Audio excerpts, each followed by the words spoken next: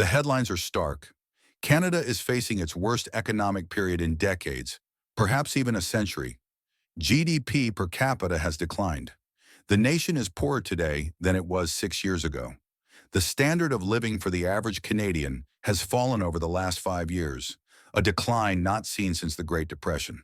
But focusing solely on these recent numbers misses the real story. The housing crisis, the immigration debate, these are largely symptoms. They are the visible cracks appearing on the surface. The real disease is a deep structural rot, a slow decay that has been hollowing out the Canadian economy for over a decade. What constitutes this rot? And why does it leave Canada critically exposed to the next inevitable global shock? Canada rested on its laurels after the 2008 financial crisis. It weathered that storm better than most, particularly its neighbor to the south. It believed its own myth as the anti-crisis country. The stable, reliable, perhaps slightly boring, but fundamentally sound North American nation. But that very success bred complacency. Canada fundamentally stopped investing in its future competitiveness. Look at the data on research and development.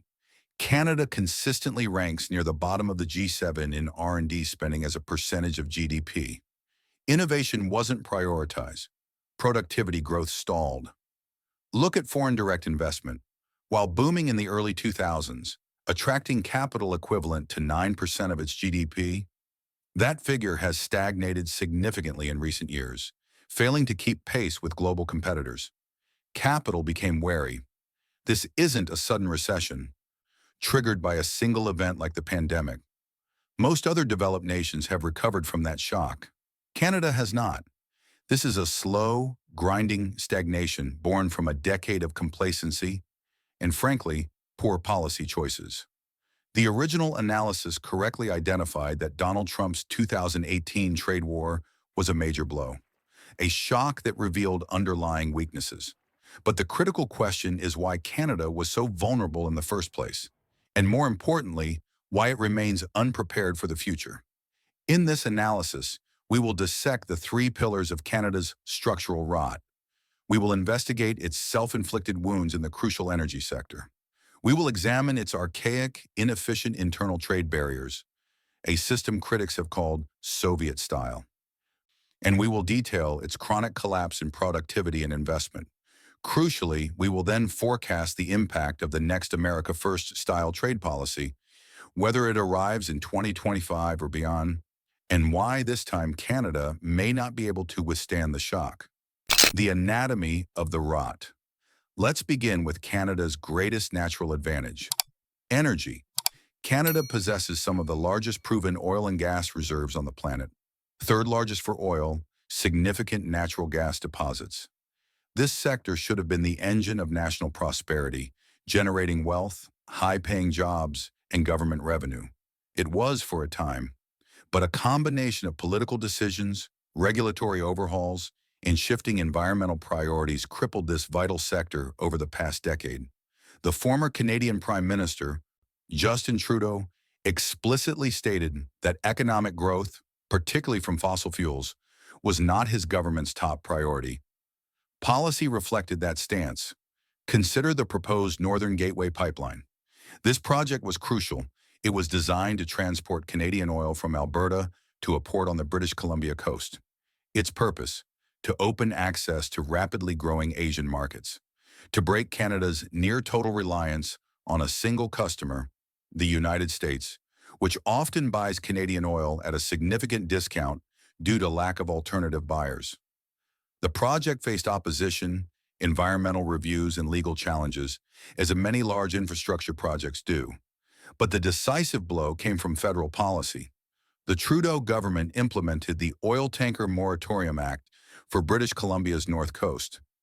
This act banned oil tankers carrying large volumes of crude oil from docking or traveling along that specific coastline. Without the ability for tankers to load the oil for export, the pipeline's entire economic rationale collapsed. The project, billions already spent in planning and consultation, was effectively dead. The signal sent to global energy investors was chillingly clear. Canada, despite its vast resources, was becoming an increasingly risky and unpredictable place to invest billions in major energy infrastructure. Export diversification, a stated goal, was being actively undermined by federal policy. Canada remained a captive supplier to the U.S. market. Then there's the saga of the Trans Mountain Expansion Project. This pipeline expansion, twinning an existing line from Alberta to the BC coast near Vancouver, did proceed, but it became a symbol of Canada's struggles with major projects. Initial cost estimates back in 2013 were around 5.4 billion Canadian dollars. By 2017, the estimate had risen to 7.4 billion. Then came intense political opposition, provincial government disputes, court challenges, and regulatory delays. The original proponent, Kinder Morgan, facing mounting uncertainty and costs, threatened to walk away.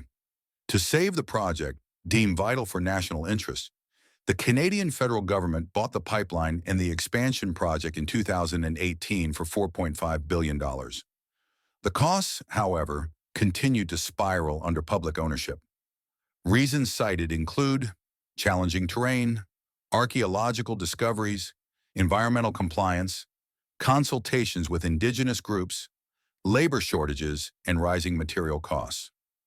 As of early 2024, the latest cost estimate for the expansion soared past 34 billion Canadian dollars, multiple times the original budget.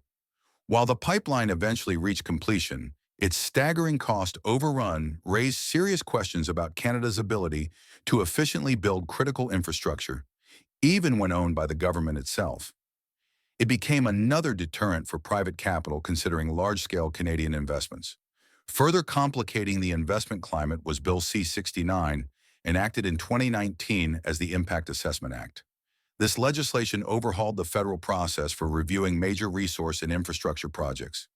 While intended to improve environmental protection and indigenous consultation, it was heavily criticized by the energy industry and several provincial governments. Critics dubbed it the No More Pipelines Bill.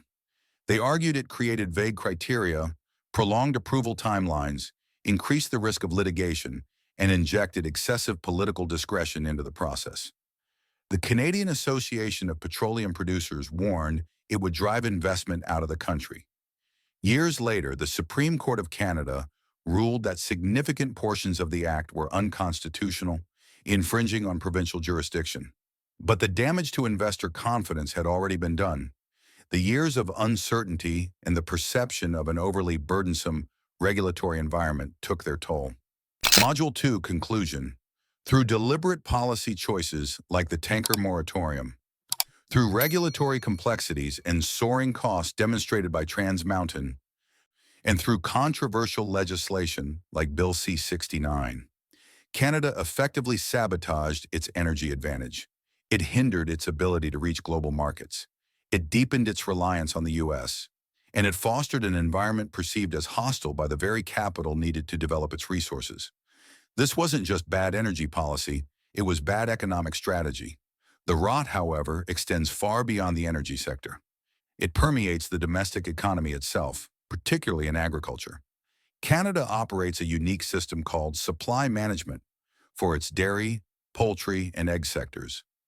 Introduced decades ago to support farm incomes and stability, it functions through three main pillars.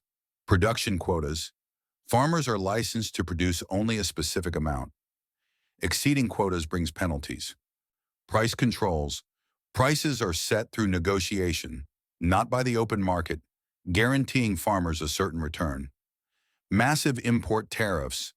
Tariffs on imported dairy and poultry often exceed 200% or 300%, effectively blocking most foreign competition.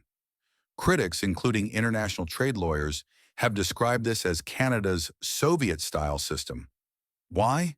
Because it replaces market forces with central planning by marketing boards. These boards wield enormous power, controlling who produces, how much they produce, and at what price. The result for consumers is predictable: significantly higher prices. Basic staples like milk, cheese, chicken, and eggs cost dramatically more in Canada than in the United States or on global markets.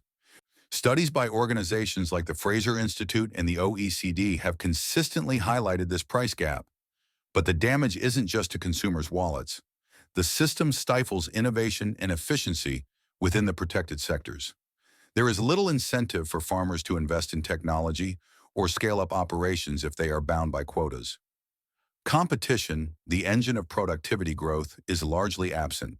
This protectionism makes Canada a difficult trading partner, particularly irritating the United States during trade negotiations. It's a system designed in a different era, preserved by powerful lobbying, that imposes a hidden tax on all Canadians and hinders economic dynamism. Perhaps even more detrimental than external protectionism is Canada's internal protectionism. It is often easier, faster, and cheaper for a Canadian business to trade goods or services with a company in Texas or Germany than with a company in another Canadian province. These aren't traditional tariffs, but a bewildering maze of differing regulations, licensing standards, certification requirements, and administrative hurdles between Canada's 10 provinces and 3 territories. Think about the absurdity. A skilled tradesperson, like a certified electrician or plumber, might hold a valid license in Alberta, but find they need to undergo additional training, exams, or lengthy paperwork simply to work on a project next door in British Columbia. A transport truck carrying goods from Manitoba to Ontario might face different regulations regarding tire types, weight limits, or even the size of mud flaps along the way.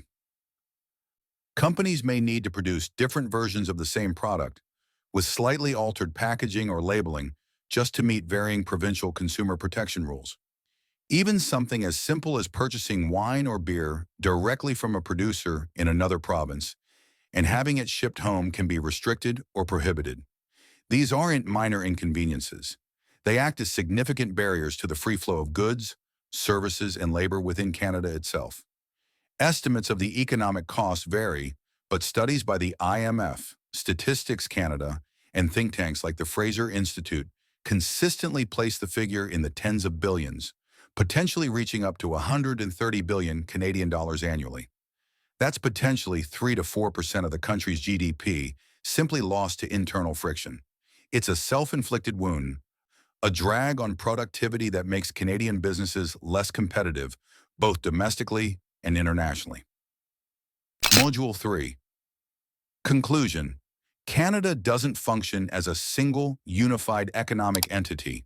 It operates more like a loose confederation of semi-separate provincial economies. This internal fragmentation dramatically increases the cost of doing business.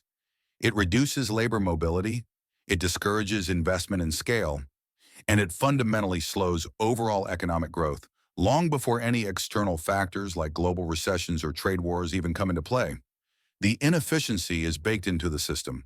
So if Canada's traditional engine, energy, is sputtering, and its domestic market is fragmented and inefficient, where would economic growth and rising living standards come from? Ideally from innovation, technological advancement, and gains in productivity, making more, better, with less. But this requires investment. Investment in machinery, in technology, in research, in skills. And here Canada has been chronically failing. As established, Canada consistently underinvests in research and development compared to its G7 peers. Spending on R&D as a percentage of GDP remains stubbornly low. Compounding this is the troubling trend in capital per worker. Data from Statistics Canada and the OECD confirms that the amount of capital, machinery, equipment, technology, intellectual property available to the average Canadian worker has stagnated or even declined in recent years. Canadian workers simply have less advanced tools and technology to work with compared to their counterparts in leading economies, particularly the United States. Why has this happened? Capital flows to where it expects the highest return for the lowest risk. The policy environment discussed earlier, the regulatory uncertainty in the energy sector, the internal trade friction, a perception of rising business taxes in some areas, discourages both domestic and foreign investment. Businesses become hesitant to make large, long-term capital expenditures when the rules of the game seem unclear or burdensome. This lack of investment directly translates into weaker productivity growth. The decline isn't just in domestic investment. Foreign direct investment, FDI, once a major driver of Canadian growth, has also cooled significantly. While inflows surged in the early 2000s, they have been far more subdued in the last decade, failing to keep pace with the growth seen in other developed nations. Canada still attracts FDI, but its share of global investment flows has diminished. Part of this is global competition, but Canada also maintains significant regulatory hurdles for foreign investors in certain sectors, such as telecommunications and airlines. It ranks poorly on the OECD's FDI restrictiveness index compared to many other advanced economies. Reviews of foreign takeovers on national security grounds have also become more frequent and less predictable, adding another layer of uncertainty for international capital. Without robust domestic or foreign investment pouring into new technologies and equipment, productivity stagnates. This isn't just an abstract economic concept. Stagnant productivity is the primary reason why real wage growth for the average Canadian worker has been weak for years. It's the fundamental reason why the standard of living has been eroding. Module 4. Conclusion. Canada is caught in a low investment, low productivity trap. Decades of underperformance have now culminated in outright stagnation. The structural rot across the critical areas of energy policy, internal trade efficiency, and capital investment has left the Canadian economy fundamentally weakened, uncompetitive, and increasingly fragile. The foundations were far weaker than they appeared during the relatively calm post-2008 period. The 2025 shock. This hollowed-out economy, weakened by years of policy missteps and structural neglect, now finds itself overwhelmingly, almost fatally, dependent on a single customer and supplier, the United States. The numbers are stark. Roughly 75% of Canada's total merchandise exports go south of the border. Canada relies heavily on the U.S. for critical imports, including about 50% of its machinery and equipment, the very tools needed to improve productivity. And as we saw, nearly all of Canada's exportable oil and gas has only one viable destination, the U.S. market, often at discounted prices. This extreme dependency creates immense vulnerability. The 2018 Trump trade war provided a brutal preview. Recall the Section 232 tariffs on Canadian steel and aluminum imposed on dubious national security grounds. Recall the threats, the renegotiation of NAFTA into the USMCA under duress. Tariffs on Canadian goods, in some cases, ended up being higher than those imposed on China.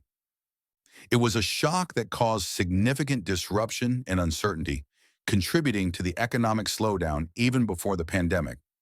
Canada survived that episode partly through retaliatory tariffs, partly through painful concessions during the USMCA negotiations, and partly because key sectors like energy and autos were largely spared the worst of the direct tariffs. But the fundamental lesson wasn't learned. The core dependency wasn't addressed. The structural rot wasn't fixed. Canada largely returned to complacency, hoping the storm had passed. It rested on its laurels. So what happens next? What happens in 2025 or 2026, or whenever the political winds shift again in Washington, and another America First policy emerges? This isn't about predicting election outcomes. It's about analyzing economic vulnerability. Protectionist sentiment exists across the U.S. political spectrum. The focus may shift from tariffs to Buy American rules, from border adjustments to stricter content requirements, but the underlying impulse to prioritize domestic production is strong. And this time, Canada's position is far more precarious. Consider two plausible scenarios. Scenario 1. Renewed pressure on Canadian energy. Imagine a U.S. administration imposing new restrictions on Canadian energy imports or pipeline projects, perhaps citing environmental concerns or favoring domestic producers. Having failed to build alternative export routes like Northern Gateway, Canada would have virtually zero leverage. It would be forced to accept even deeper price discounts, potentially crippling profitability in its most important export sector. Scenario 2. Targeting integrated manufacturing. Imagine renewed tariffs or much stricter domestic content rules, Buy American, targeting highly integrated North American supply chains, particularly in the automotive sector. With Canadian productivity lagging, higher internal business costs due to inter-provincial barriers, and potentially higher energy costs, Canadian-based plants would find it increasingly difficult to compete with U.S. or Mexican facilities under such a regime. Plant closures, job losses, and further deindustrialization could follow. The final verdict, the spike. Canada is no longer the resilient, stable economy it perceived itself to be after 2008. The structural rot, the self-sabotaged energy sector, the fragmented internal market, the chronic underinvestment runs too deep. Its fatal dependency on the U.S. market, combined with these internal weaknesses, leaves it dangerously exposed. The next major protectionist shock from its southern neighbor won't just cause a temporary downturn. It could trigger a fundamental economic crisis, accelerating Canada's slide into a lost decade, or worse. The house of cards built on complacency is facing another gust of wind. This time, it may not remain standing. But this is an ongoing analysis. We turn now to you, particularly those with direct experience. For our viewers in farming, manufacturing, energy, and cross-border trade, do you believe Canada is prepared for the potential return of an America First style policy? What vulnerabilities do you see? And for our American viewers, is a weakened Canadian economy struggling with productivity and investment ultimately a risk to U.S. economic security and the stability of North American supply chains? Let us know your forecast, your perspective in the comments below. But this structural rot is only half the story. The other half is Canada's fatal dependency on that single customer. In our next video, we will analyze exactly what happens to Canada's crucial energy and auto sectors when an America First policy potentially returns in 2025. Make sure you are subscribed so you don't miss that analysis. Thank you for watching.